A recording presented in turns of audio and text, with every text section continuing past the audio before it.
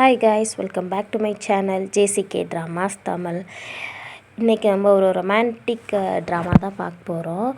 இது வந்து ஒரு ஹேண்ட்ஸம் சிஇஓக்கும் ஒரு நார்மல் கேர்ளுக்கும் உள்ள ஸ்டோரி தான். வாங்க எபிசோட்குள்ளே போகலாம். ஸ்டார்டிங்லேயே நம்ம ஹீரோயினை தான் காமிக்கிறாங்க. ஹீரோ உட்காந்து ட்ரிங்க் பண்ணிகிட்ருப்பாரு. அப்போ ஹீரோயின் நின்றுட்டுருக்கையில் ஹீரோ சொல்லுவார், நீயா தான் இங்கே வந்து என்னை அப்ரோச் பண்ணுற, நான் எதுவும் பண்ணல அப்படின்ற மாதிரி சொல்லிட்டு ஹீரோயினை எழுத்து பக்கத்தில் வச்சுட்டு அவர் வந்து கொஞ்சம் ரொமான்டிக்காக பண்ணுறாரு. அப்போ ஹீரோயின் சொல்கிறாங்க, ப்ளீஸ் என்னை விட்டுருங்க, நான் தெரியாமல் வந்துட்டேன், நான் இனிமேல் இங்கே வரமாட்டேன் அப்படின்னு சொல்கிறார். அதெல்லாம் முடியாது அப்படின்ற மாதிரி ஹீரோ சொல்கிறார். ப்ளீஸ்னு சொல்லிட்டு ஹீரோயின் கெஞ்சவும் ஹீரோ ஓகே அப்படின்னு சொல்கிறாங்க. ஹீரோயின் பத்திரி எடுத்துட்டு ஓடியோ போகிறாங்க. அப்போ போகிறப்ப ஹீரோயினுக்கு வந்து ஒரு கால் வருது. யாருன்னு பார்த்தா அவங்க அம்மா ஃபோன் பண்ணி, உன்ட்ட எப்போ நான் பணம் கேட்டேன், எனக்கு இப்போ வேணும் அப்படின்ற மாதிரி திட்டுறாங்க. ஹீரோயினுக்கு வந்து வேறு வழி கிடையாது, நம்ம போய் தான் ஆகணும், நம்ம போனால் தான் நம்மளால் வாழ முடியும் அப்படின்ற மாதிரி நினச்சிட்டு போகிறாங்க. அப்போ அந்த சைடு கட் பண்ணி ஹீரோவை காமிக்கிறாங்க. ஹீரோவுக்கு அவங்க கிராண்ட்மா கால் பண்ணி, இடையே நீ எப்போ தான்டா கல்யாணம் பண்ணிப்ப அப்படின்ற மாதிரி கேட்குறாங்க. உனக்கு தெரியும்ல பாட்டி, என்னோடய பிரச்சனை என்னன்றது, ப்ளீஸ் இதை பற்றி இனிமேல் பேசாத அப்படின்னு சொல்கிறாங்க.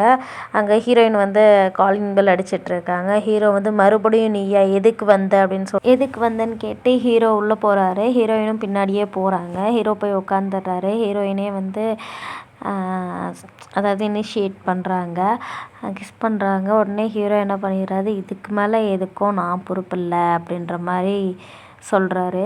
சொல்லிட்டு அடுத்த நாள் காமிக்கிறாங்க. 2 பேரும் ஒன் நைட் ஸ்பெண்ட் பண்ணிட்டாங்க. உடனே ஹீரோயின் நினைக்கிறாங்க, நான் அதை சாட்டிஸ்ஃபை பண்ணல போல் அப்படின்னு நினச்சிட்டு உடனே எழுந்திரிச்சு ட்ரெஸ்லாம் மாற்றிட்டு கிளம்பி போயிடுறாங்க. அங்கே போனால் என்ன ஆகுது அப்படின்னா, அடுத்து கொஞ்ச நாள் கழித்து காமிச்சா இங்கே ஹீரோயின் வந்து ஒரு டாக்டர்கிட்ட வந்திருக்காங்க. அவங்க வந்து, நீங்கள் ப்ரெக்னெண்ட்டாக இருக்கீங்க, உங்கள் வீட்டு ஃபோன் நம்பர் சொல்லுங்கள், நான் உங்கள் பேரண்ட்ஸ்கிட்ட சொல்கிறேன் அப்படின்னு சொல்லிட்டு அந்த டாக்டர் சொல்கிறதுக்கு, ஐயோ வேணவே வேணாம், என் பேரண்ட்ஸ்கிட்டலாம் சொல்லாதீங்க, என்னை கொன்னே போட்டுருவாங்க அப்படின்னு சொல்லிட்டு இருக்காங்க. அங்கே ஹீரோ வந்துடுறாரு. பிகாஸ் ஹீரோவும் ஒரு டாக்டர் தான். அங்கே ஹீரோ வரவும் ஹீரோயின் அப்படியே பார்த்துட்டு, இவனோ ஐயோ அப்படின்ற மாதிரி யோசிக்கிறாங்க. அப்படி யோசிச்சுட்டு ஹீரோ சொல்கிறாரு, நீங்கள் போங்க, நான் பார்த்துக்கிறேன், நான் ஹேண்டில் பண்ணிக்கிறேன் இந்த பேஷண்ட்டை அப்படின்னு சொல்கிறாங்க. உடனே அவரும் கிளம்பிடுறாரு. கிளம்புனது ஹீரோ வந்து என்ன பண்ணுறாரு, இங்கே வலிக்குதா அப்படின்னு சொல்லிட்டு கேட்குறாங்க. ஹீரோ தொடுறாரு. உடனே ஹீரோயின் கை வச்சுட்டு, இது ஒரு ட்ரீட்மெண்ட் தான், நீ எதுவும் பயப்படாது அப்படின்னு சொல்லிட்டு ஹீரோ சொல்கிறாரு. உனக்கு வந்து எனக்கு தெரிஞ்சு நீ வந்து ஃபிசிக்கல் ரிலேஷன்ஷிப்பில் இருக்கக்கூடாது, அதனால தான் உனக்கு வந்து வயிறு வலி வந்திருக்கு, அதனால் இந்த ப்ரெஸ்கிரிப்ஷன்ஸ்லாம் யூஸ் பண்ணு, இந்த டேப்லெட்லாம் சாப்பிடு, நல்லாயிரும் அப்படின்னு சொல்கிறாங்க. ஓகே டாக்டர் அப்படின்ற மாதிரி சொல்லிட்டு ஹீரோயின் அப்படியே பார்க்குறாங்க. பார்த்துட்டு லாஸ்ட்டாக நம்ம இருந்ததுக்கு நீங்கள் எனக்கு மணியே தரலையே அப்படின்னு சொல்லிட்டு ஹீரோயின் சொல்கிறாங்க. ஹீரோக்கு செம்ம காண்டாயிடுது. உடனே காசு அனுப்பிடுறாங்க. அனுப்புனதும் தேங்க்யூ அப்படின்னு சொல்லிட்டு ஹீரோயின் கிளம்பிடுறாங்க. அப்படியே அவர் பார்க்குறாரு. பார்த்துட்டு எங்கேம்மா போகிற அப்படின்ற மாதிரி டாக்டர் கேட்குறாரு.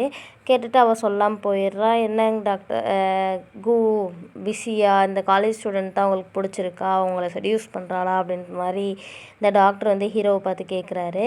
இது உனக்கு தேவையே இல்லை, அது பிஸ்னஸை பற்றி பேசுகிறா, அந்த மட்டும் பேசு அப்படின்ற மாதிரி ஹீரோ சொல்லிடுறாரு. நீங்கள் இப்போ கல்யாணம் பண்ணிக்கலன்னா நம்ம ஹாஸ்பிட்டலே இழுத்து மூடிடுவேன் அப்படின்ட்டு உங்கள் பாட்டி சொல்லியிருக்காங்க அப்படின்னு சொல்கிறாங்க. சரி நான் பார்க்குறேன் அப்படின்ற மாதிரி அங்கே சொல்லிட்டு இங்கே ஹீரோயினை காமிக்கிறாங்க. ஹீரோயின் ப்ரெக்னென்ட் நியூஸ் தெரிஞ்சிருச்சுல்ல, அதை அப்படியே பார்த்துட்டே இருக்காங்க.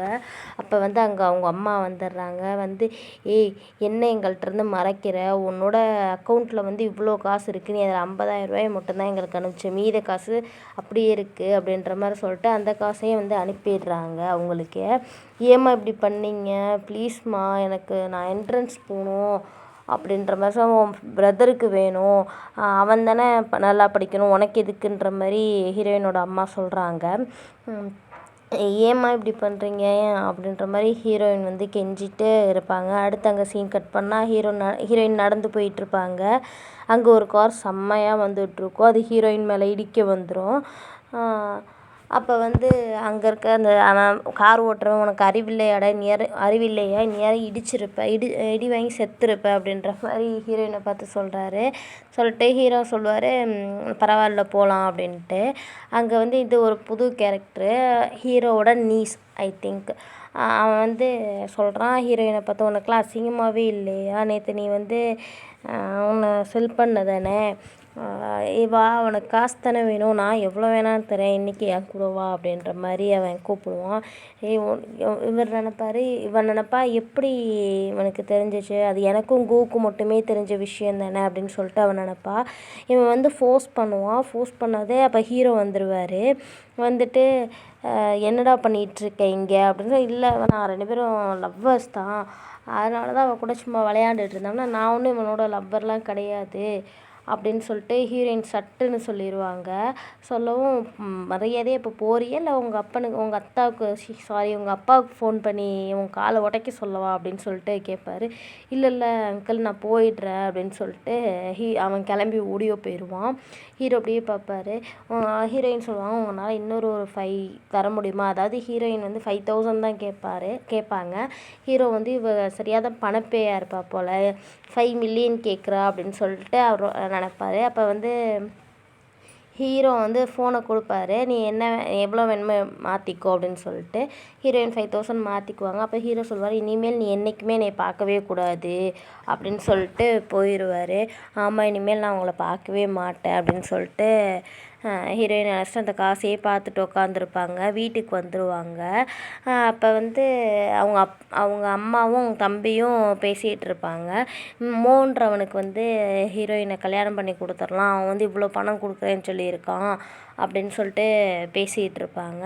அப்போ ஹீரோயின் முடியாது அப்படின்னு சொல்லுவாங்க. நீ உனக்கு எவ்வளோ தைரியம் இருந்தால் நான் சொல்லி நீ முடியாதுன்னு சொல்லுவ அப்படின்னு சொல்லிட்டு ஹீரோயினோட அம்மாவும் அண்ணனும் சொல்லுவாங்க.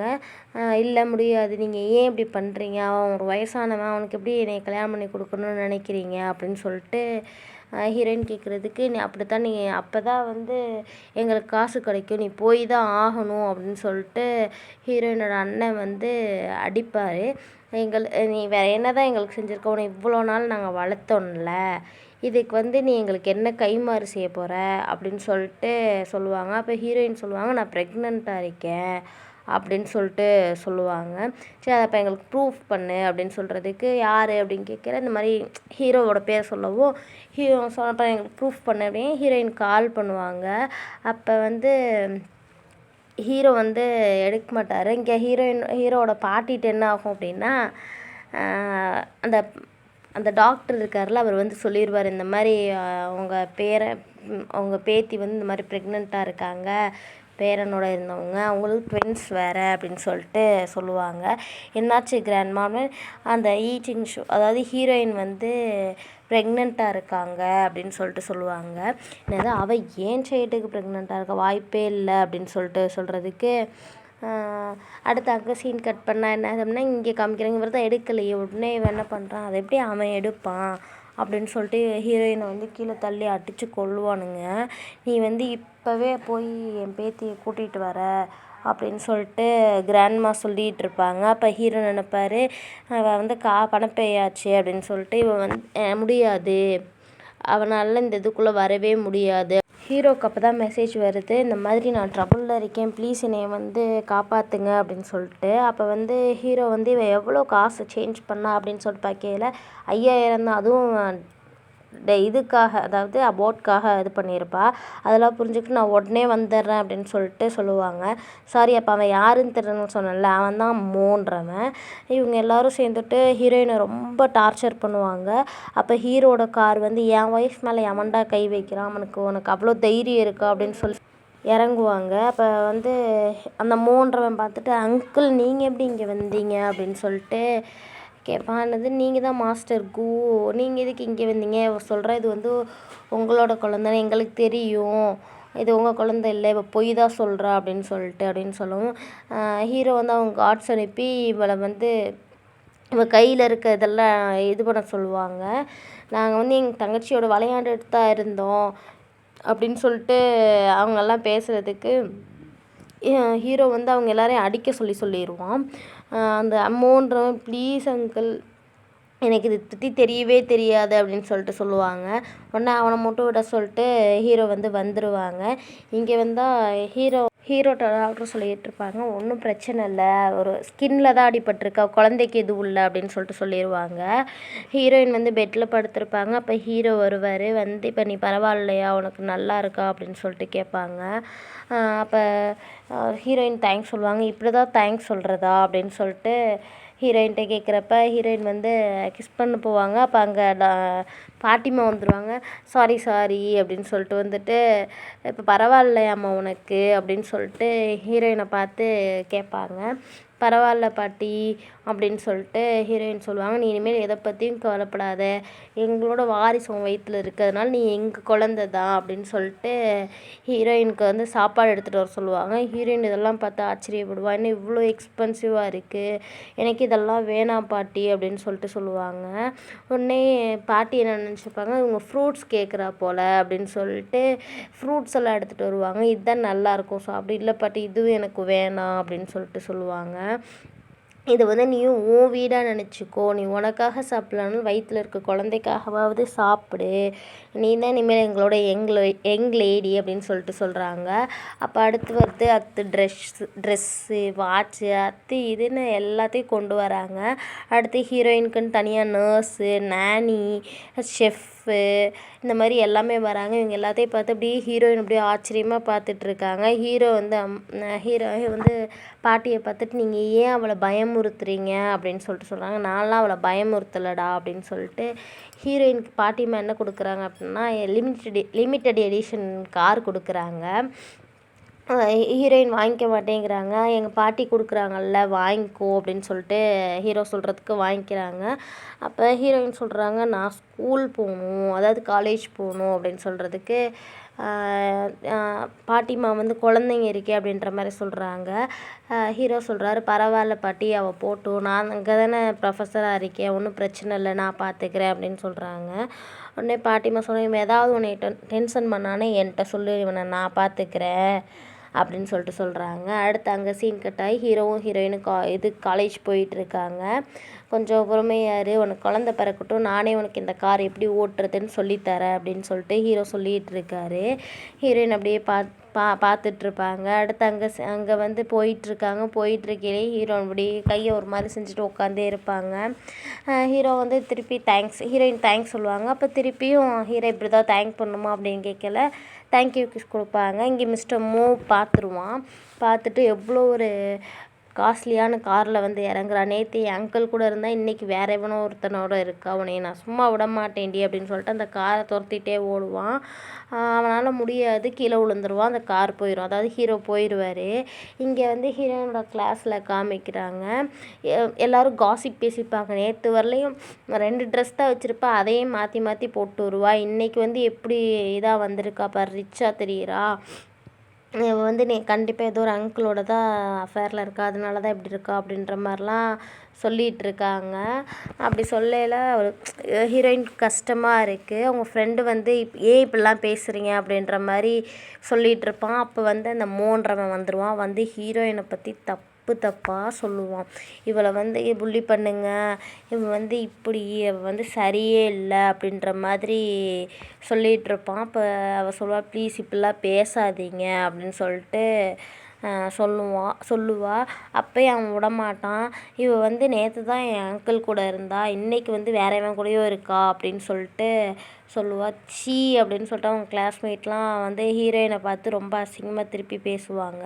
அப்போ அவன் ஃப்ரெண்ட் இல்லை, சீனியருக்கும் வந்துடும். இது யாரோட கிளாஸ் தெரியுமா, கு சாரோட கிளாஸ், இப்போ அவர் வந்துடுவார், உனக்கு எது சொல்லணும்னா அவர்கிட்டே சொல்லிட்டு போ அப்படின்னு சொல்கிறது. இன்னதும் அவன் பயந்து தெரிச்சு ஓடியோ போயிடுவான், கீழெல்லாம் விழுந்து வாரி ஓடுவான். அப்போ அங்கே ஹீரோவும் வந்துடுவார். வந்தால் ஹீரோயினுக்கு ஹீரோயினுக்கு அவன் சீனியர் கர்ச்சீஃப் கொடுப்பான். அதை அவள் வாங்கிட்டுருப்பாள். அதை பார்த்து ஹீரோவுக்கு செம்மையாக ஜெலஸ் ஆகிடும். அங்கே ஒரு தட்டிட்டு உள்ளே வருவார். உள்ளே அப்படியே ஹீரோயினை பார்த்து கண்ணாலே அதாவது ஒரு மாதிரி பேசிகிட்டு இருப்பார், முறைச்சிட்ருப்பார். ஹீரோயின் பயந்துட்டு கண்ணை கீழே போட்டுருவாங்க. போட்டுட்டு இன்றைக்கி கிளாஸ் முடிஞ்சிருச்சு, எல்லோரும் போகலாம் அப்படின்னு சொல்லிட்டு சொல்லுவாங்க. சொல்லையில் ஹீரோயின் நீ மட்டும் இரு அப்படின்னு சொல்லிட்டு சொல்லுவாங்க. அப்போ அந்த ஃப்ரெண்ட்ஸ்லாம் கூவையும் வளைச்சி போட்டா போல இவ அப்படின்னு சொல்லிட்டு அவங்கெல்லாம் பேசிகிட்டு இருப்பாங்க. அங்கே ஹீரோ வந்து யார் அது, ஏன் இப்படி பேசிகிட்டு இருந்த அப்படின்னு சொல்லிட்டு ஹீரோ கேட்டுட்ருக்கிறதுக்கு, இல்லை அவர் என்னோடய சீனியர் தான், வேறு ஒன்றும் இல்லை அப்படின்னு சொல்லிட்டு சொல்லுவாங்க. இதை இந்த பொண்ணுங்க எல்லாம் வந்து ஃபோட்டோ வீடியோஸ் எடுத்துப்பாங்க. இதோட இந்த எபிசோடை முடிச்சுக்கலாம் கைஸ். நாளைக்கு வந்து நெக்ஸ்ட் பார்ட் வந்துடும். ப்ளீஸ் வெயிட் பண்ணி வாட்ச் பண்ணுங்கள். பிடிச்சிருந்தா like and share and subscribe பண்ணிக்கோங்க கைஸ். தேங்க்யூ ஃபார் வாட்சிங்.